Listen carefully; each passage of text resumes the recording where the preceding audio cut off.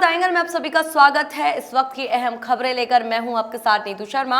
रुक करते हैं खबरों की तरफ, नजर डालते हैं सुर्खियों पर।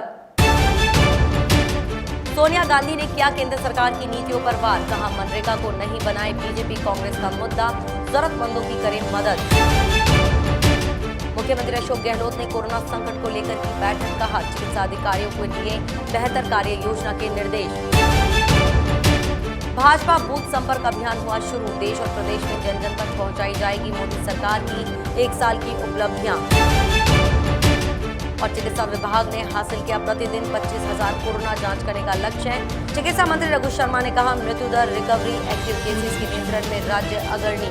कांग्रेस की अंतरिम अध्यक्ष सोनिया गांधी ने कहा है कि मनरेगा रोजगार गारंटी कानून 2005 क्रांतिकारी और तार्किक बदलाव का उदाहरण है। इस कानून ने गरीब से गरीब शख्स को हाथों का काम और आर्थिक ताकत देकर भूख और गरीबी को मिटाने का काम किया है। सोनिया ने कहा कि यह तार्किक इसलिए है कि यह पैसा सीधा उन लोगों के हाथ में जाता है जिन्हें इसकी सबसे ज्यादा जरूरत है। एक अंग्रेजी अखबार में लिखे गए लेख में सोनिया ने कहा कि यह भारतीय जनता पार्टी बनाम कांग्रेस का मुद्दा है ही नहीं, भारत के जनता की मदद करने के लिए मनरेगा का इस्तेमाल करिए। सोनिया ने कहा कि मोदी सरकार ने मनरेगा की आलोचना की और इसे कमजोर करने की कोशिश की, लेकिन आखिर में इसके लाभ, सार्थकता और तर्क को स्वीकार करना पड़ा। मौजूदा केंद्र सरकार और उससे पहले 6 साल भी सरकार के लिए मनरेगा उपयोगी साबित हुई। केंद्रीय गृह मंत्री अमित शाह ने बिहार में एक वर्चुअल रैली को संबोधित करते हुए कहा था कि भारत की सीमा पूरी तरह से सुरक्षित है। इसे लेकर कांग्रेस के पूर्व अध्यक्ष राहुल गांधी ने उन पर निशाना साधा है। राहुल का कहना है कि सीमा की हकीकत सभी को मालूम है, लेकिन दिल को खुश करने के लिए ये ख्याल अच्छा है। राहुल गांधी ने ट्वीट कर लिखा, सबको मालूम है सीमा की हकीकत, लेकिन दिल को खुश रखने को शायद ये ख्याल अच्छा है। रैली के दौरान शाह ने कहा था कि भारत की रक्षा नीति को वैश्विक स्वीकृति मिली है। पूरी दुनिया इस बात से सहमत है कि अमेरिका और इजराइल के बाद अगर कोई अन्य देश अपनी सीमाओं की रक्षा करने में सक्षम है तो वह भारत है। मध्य प्रदेश में उपचुनावों से पहले विधायकों की खरीद फरोख्त के मामले पर पूर्व मुख्यमंत्री दिग्विजय सिंह की प्रतिक्रिया आई है। दिग्विजय सिंह ने कहा कि पैसा लेकर गद्दारी करने वालों को जनता उपचुनाव में हराएगी। दिग्विजय सिंह ने जूम ऐप के माध्यम से मीडिया से चर्चा कर रहे थे। उन्होंने दोहराया कि भाजपा में गए 22 विधायकों में से 10 से 12 हमारे संपर्क में थे, लेकिन उनकी मांग बड़ी थी। भाजपा ने इन विधायकों को 25 से 35 करोड़ रुपए दिए हैं। दिग्विजय सिंह ने कहा कि अब कोई विधायक भाजपा में नहीं जाएगा।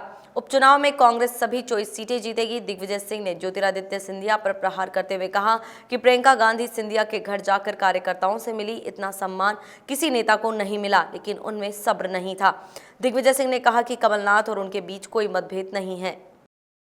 दिल्ली के मुख्यमंत्री अरविंद केजरीवाल की तबीयत बिगड़ गई है। बुखार और गले में खराश के बाद डॉक्टरों की सलाह पर उनका मंगलवार को कोविड-19 टेस्ट करवाया जाएगा। जानकारी के मुताबिक सीएम केजरीवाल को रविवार से ही हल्के बुखार की शिकायत है। इस वजह से उन्होंने दोपहर में होने वाली मीटिंग भी कैंसिल कर दी थी।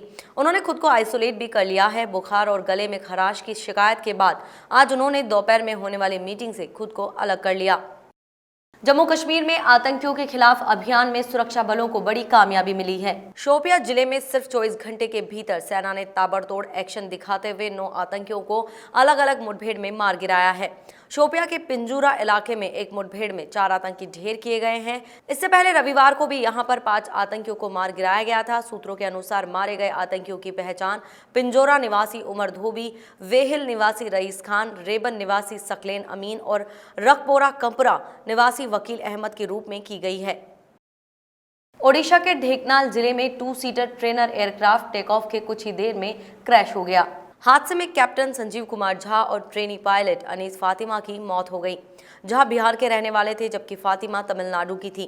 हादसा बिरासला एयर स्ट्रिप पर हुआ। सूचना मिलने पर गवर्नमेंट एविएशन ट्रेनिंग इंस्टीट्यूट और प्रशासन के अधिकारी मौके पर पहुंचे।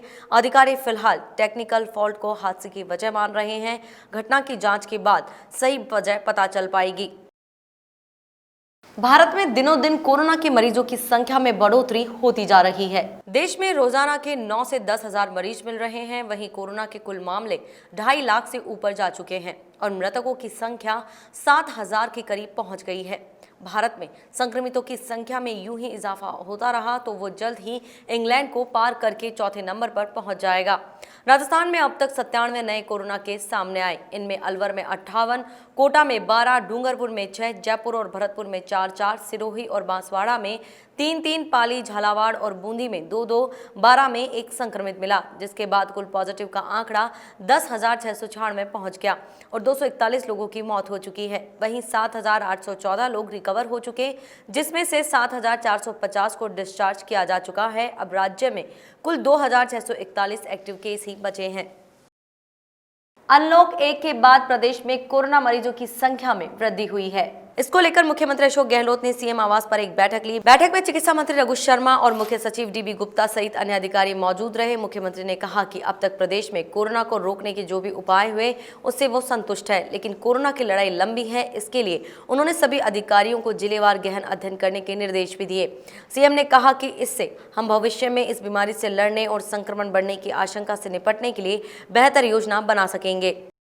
भाजपा की तरफ से पूरे देश में बूथ जनसंपर्क अभियान की शुरुआत की गई। इसके तहत राजधानी जयपुर में भाजपा के प्रदेश अध्यक्ष सतीश पूनिया ने आमेर स्थित शिला मंदिर से इस अभियान की शुरुआत की। वहीं संगठन महामंत्री चंद्रशेखर और विधायक कालीचरण सराफ मालवीय नगर में अभियान को शुरू किया। नरेंद्र मोदी सरकार के 1 वर्ष पूर्ण होने पर सरकार की उपलब्धियों को जन जन तक पहुंचाने के लिए भाजपा ने 8 से 14 जून तक प्रदेश भर में बूथ संपर्क अभियान शुरू किया है। इसके तहत प्रधानमंत्री नरेंद्र मोदी के पत्र को प्रदेश के 25 लाख घरों तक भाजपा कार्यकर्ता लेकर जाएंगे। कार्यक्रम के निमित्त आज ये बूथ संपर्क अभियान, इसकी शुरुआत हम लोगों ने करी है पूरे राजस्थान भर में आज से, और 8 से 14 तक ये पूरे राजस्थान भर में ये कार्यक्रम रहेगा। न्यूनतम 50 से 100 घरों तक मोदी जी का पत्र जो उन्होंने लिखा है हिंदुस्तान के सब देशवासियों को, वो पत्र लेके जाएंगे इस एहसास के साथ कि इस पूरे 1 वर्ष में श्री राम जन्मभूमि से लेके नागरिकता संशोधन कानून से लेके ट्रिपल तलाक से लेके अनुच्छेद 370 को निष्प्रभावी करने से लेके भारत के जो वैचारिक मुद्दे थे उनका समाधान हुआ, और इससे भारत का गौरव भी बढ़ा और भारत की ताकत बढ़ी। लेकिन इससे आगे बढ़ के कोरोना के संक्रमण को 135 करोड़ की आबादी को जिस तरीके से प्रधानमंत्री जी ने लड़ा है वो अभिनंदनीय है। इसलिए हम लोग इसके साथ साथ लोगों को जागरूकता का भी संदेश दे रहे हैं। आप देख रहे हैं कि सबने फेस कवर पहने हुए हैं, सोशल डिस्टेंसिंग का पालन करें, ये हमने हिदायत दी है। और जो सामान्य तौर पर एडवाइजरी है कि बार बार हाथ धोएं और संक्रमण से बचें और बचाएं, इसका भी निर्देश हम लोग कार्यकर्ताओं को दे रहे हैं। चिकित्सा मंत्री डॉक्टर रघु शर्मा ने बताया कि चिकित्सा विभाग ने प्रदेश में प्रतिदिन 25,000 कोरोना जांच करने का लक्ष्य हासिल कर लिया है। अब प्रत्येक जिले में जांच सुविधा विकसित करने के लक्ष्य को भी जल्द पूरा कर लिया जाएगा। डॉक्टर शर्मा ने बताया कि जब प्रदेश में पहला पॉजिटिव केस आया था तब जांच की सुविधा नहीं थी, सैंपल को भी पुणे की लैब में भेजना पड़ता था। लेकिन मुख्यमंत्री अशोक गहलोत के नेतृत्व में सबसे पहले 10,000 जांचें प्रतिदिन करने का लक्ष्य रखा गया। कुछ ही दिनों में इसे हासिल कर दोबारा 25,000 जांचें प्रतिदिन करने के निर्देश दिए गए। आज विभाग प्रतिदिन 25,150 जाँच प्रतिदिन कर पाने में सक्षम हो गया है। डॉक्टर शर्मा ने बताया कि प्रदेश में कोरोना को नियंत्रित करने में चिकित्सक, नर्सिंग कर्मी, पैरामेडिकल स्टाफ, सफाई कर्मी, प्रशासक, पुलिस और लोगों को जागरूक करने के लिए मीडिया की अहम भूमिका रही है। यही वजह है कि राजस्थान कम मृत्यु दर, रिकवरी, एक्टिव केसेज के नियंत्रण सहित हर मामले में अग्रणी राज्यों में शुमार रहा है।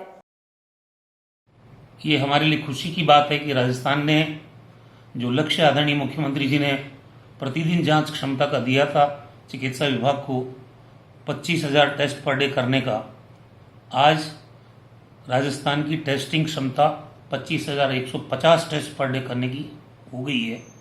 और पॉजिटिव केसेस चाहे 10,696 हुए हों, लेकिन रिकवरी का जो परसेंटेज है वो भी हमारा 73 के ऊपर है और 7,814 लोग ठीक होके और रिकवर कर चुके हैं। इसके अलावा हमारे जो एक्टिव केसेस हैं वो 2641 बचे हैं माइग्रेंट के, और हमारे लोकल सब फिगर को मिला के 2641 लोग एक्टिव केसेस के रूप में हैं अभी। और जिस ढंग से चाहे डबलिंग का रेट हो वो हमारा आज भी 21 दिन है, 241 डेथ्स हुई है राजस्थान के अंदर, जो अधिकांश कोमॉर्बिडिटी की वजह से हुई है। तो कुल मिला के जो राजस्थान में ये संक्रमण को हम नियंत्रित कर पाए हैं। राजस्व मंत्री हरीश चौधरी पाटौदी पंचायत समिति क्षेत्र के दौरे पर रहे। इस दौरान चौधरी ने पाटौदी में चल रहे मनरेगा कार्यों का निरीक्षण कर श्रमिकों के साथ संवाद कर उनकी समस्याएं जानी। राजस्व मंत्री चौधरी श्रमिकों के साथ खेजड़ी के पेड़ के नीचे जमीन पर बैठकर एक एक श्रमिक से रूबरू हुए। उन्होंने श्रमिकों को मिल रहे रोजगार के दौरान आने वाली समस्याओं की जानकारी लेकर तत्काल विभागीय अधिकारियों को समाधान के लिए निर्देशित किया। चौधरी ने राजस्व गांव जामत नगर के मसाणिया नाड़ा में नरेगा श्रमिकों से संवाद करते हुए वर्तमान हालातों पर जानकारी ली और गांव की समस्याओं के बारे में पूछा।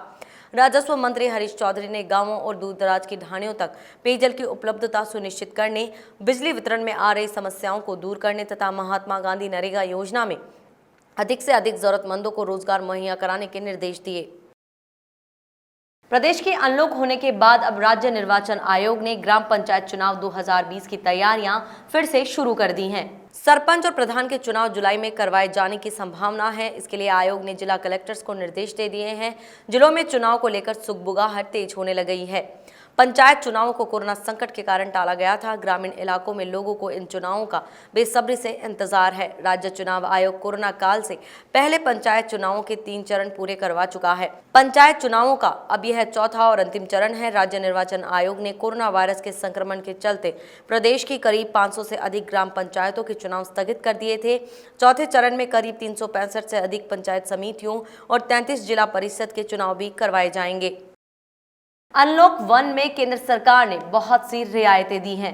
78 दिन बाद देश भर में आज से रेस्टोरेंट और मॉल्स भी खुल गए हैं। राजस्थान में भी 78 दिन के बाद अनलॉक 1 के दौर में मॉल, होटल और रेस्टोरेंट भी खुल गए हैं। इसके साथ ही जयपुर समेत प्रदेश के अन्य सभी बड़े शहरों में मॉल्स के शॉपकीपर और होटल तथा रेस्टोरेंट्स के संचालकों के चेहरों पर रौनक छा गई। नई गाइडलाइन के साथ शुरू हुए मॉल्स, होटल और रेस्टोरेंट्स में गाइडलाइन के पालन के तहत थर्मल स्क्रीनिंग और सैनिटाइजेशन के बाद ही प्रवेश दिया जा रहा है।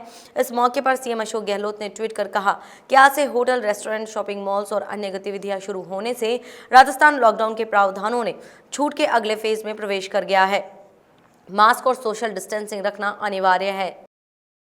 जोधपुर के बावड़ी उपखंड में तीसरी बार भारी टिड्डी दल के आगमन से क्षेत्र के किसानों में चिंता की लकीरें बढ़ गई हैं। टिड्डी दल से किसान परेशान और चिंतित हैं। नई फसल कपास की तबाही का डर सताने लगा है। तहसीलदार धनाराम गोदारा ने बताया कि टिड्डी दल का पड़ाव गंगानी व लूनावास के बीच में था, जिसकी साइज 2 किलोमीटर लंबा तथा 2 किलोमीटर चौड़ा था।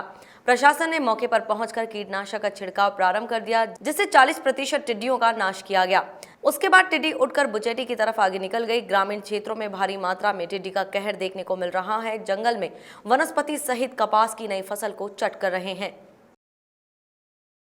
खीवसर क्षेत्र में 3 जून को सड़क दुर्घटना में घायल हुए कांस्टेबल की देर रात अस्पताल में उपचार के दौरान मौत हो गई। जानकारी के अनुसार खेड़ापा थाने के सिपाही सहदेव 3 जून को खीवसर क्षेत्र में एक सड़क दुर्घटना में घायल हो गए थे।